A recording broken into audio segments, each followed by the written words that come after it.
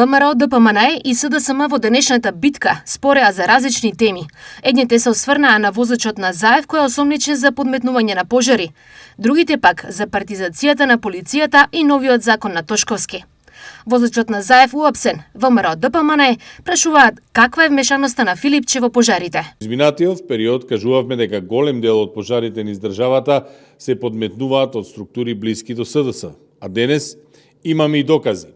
Полицијата го уапсила лицето АН, шофер на Зоран Заев, за подметнување на пожар. Фактот што шоферот на Заев ги подметнувал пожарите отвора прашање каква е вмешаноста лично на Венко Филипче, знаејќи за нивната блискост и поврзаност. Дали има организирана група во СДС за палење пожари и предизвикување хаос во државата? Ако човек од најблиското обкружување на Заев пали, тогаш се поставува прашањето не само дали толку колкумина се дел од организираната структура и мрежа на пиромани.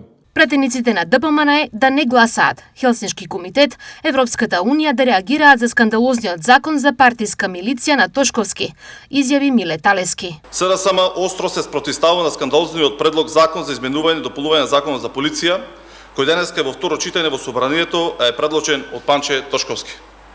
Ги повикуваме пратениците на ВМРО ДПМНЕ да се освестат и да не гласаат, затоа што и тие ќе бидат следни на удар на системот што сега слепо го поддржуваат.